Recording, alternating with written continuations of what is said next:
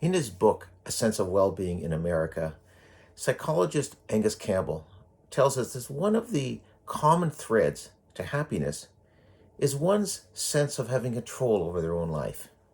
That's why I think many people become business owners and entrepreneurs. They want to have control over what they do, when they do it, and how they do it. They just don't want to have a boss.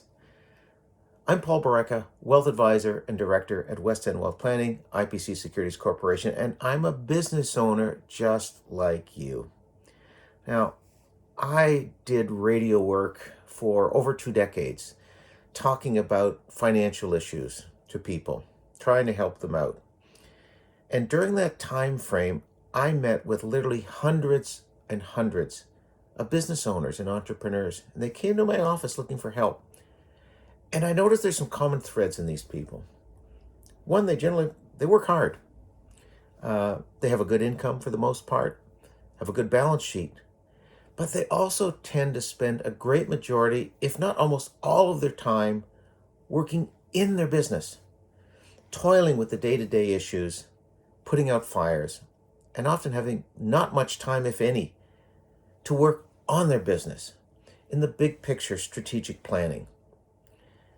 They actually had a boss that they didn't want it. The boss was their business, or the boss is their business. The business tells them what to do, when to do it. And that often puts them in a situation that they may not be aware of, risks to their business, for themselves, their family, their livelihood that they're not aware of. Risks such as not having properly planned for those critical financial events that always happen completely unplanned and unnoticed.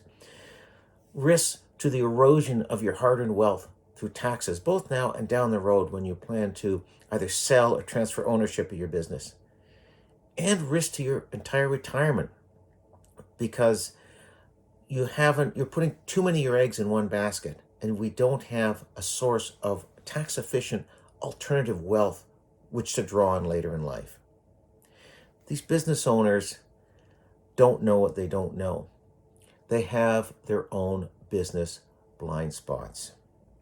Now, you might be bobbing your head up and down right now thinking, yeah, I could kind of relate to that a bit. And if that's the case, then from one business owner to another, there's a few things that I think you need to think about. And I've summarized them for you in my report called Your Business Blind Spots. And you can get it simply by typing in the word guide in the place below. That's all you need to do. Type in the word guide in the place below, and I'll be happy to send you this report. And I guess what I'm really trying to accomplish with all of this is hopefully to have you avoid being in the situation 5 or 10 or 15 years from now and looking back and saying, I wish I would have done this sooner. I wish I would have done this 10 years ago or 15 years ago. I would have avoided a lot of aggravation, a lot of expense, a lot of frustration.